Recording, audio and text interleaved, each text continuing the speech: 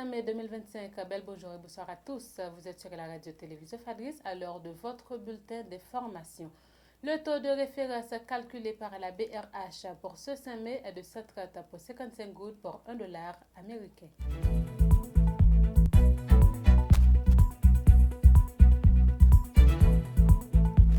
L'Association des cadres du monde ACM, présidée par Mme Santa Barbara Jean-Baptiste, a organisé le dimanche 4 mai 2025 à l'auditorium Millennium César la finale de la 3e édition de son concours annuel.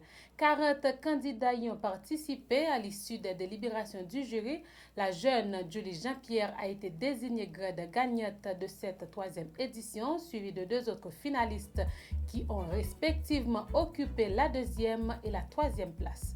Une opération menée par la police nationale d'Haïti le samedi 3 mai dans le département du Nord s'est soldée par la mort de 5 individus armés, la saisie d'armes à feu et l'arrestation d'une femme soupçonnée de complicité. Cette intervention s'inscrit dans le cadre des efforts continus visant à démanteler les réseaux criminels actifs dans la région.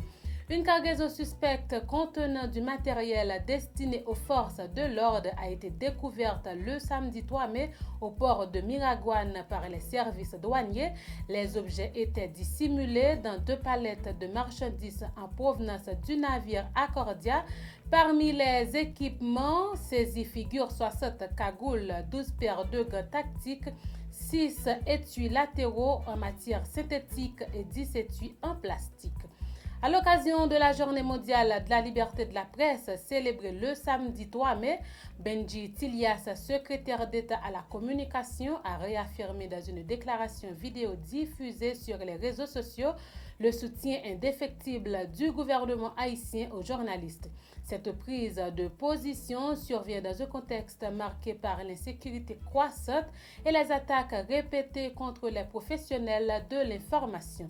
Des milliers de citoyens vêtus de blanc se sont rassemblés samedi sur la place publique de Canapé Vert pour rendre un hommage solennel aux membres de la brigade de vigilance abattue à Paco le 23 avril dernier. Venus de Cano, Turgeau, Debussy et d'autres quartiers avoisinants, ils ont répondu à l'appel de l'organisation du 109 pour le changement à l'origine de ce mouvement citoyen de défense communautaire. Sur le plan international,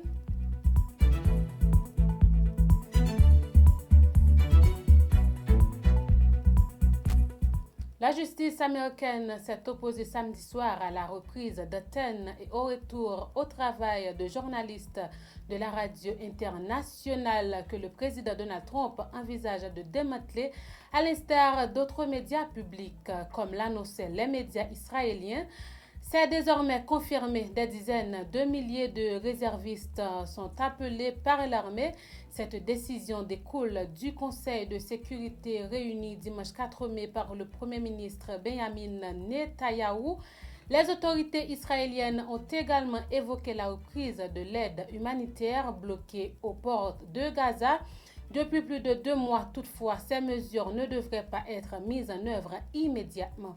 Le Premier ministre français a déclaré dans le journal du dimanche daté du 4 mai que son gouvernement pourrait proposer au président Emmanuel Macron d'organiser prochainement un référendum fondé sur un plan cohérent avec des propositions claires et lisibles visant à réduire les défis publics et la dette du pays. Le Portugal a lancé ce dimanche 4 mai sa campagne électorale en vue des législatives anticipées prévues pour le 18 mai. Le gouvernement sortant de centre-droite a récemment annoncé l'expulsion de 18 000 immigrés en situation irrégulière. Cette opération sans précédent pourrait finalement concerner jusqu'à 110 000 personnes. Ici prend fin ce bulletin d'information sur la radio-télévision Fadris. Pour la présentation, c'était avec vous, Forcy Muriel. Au revoir.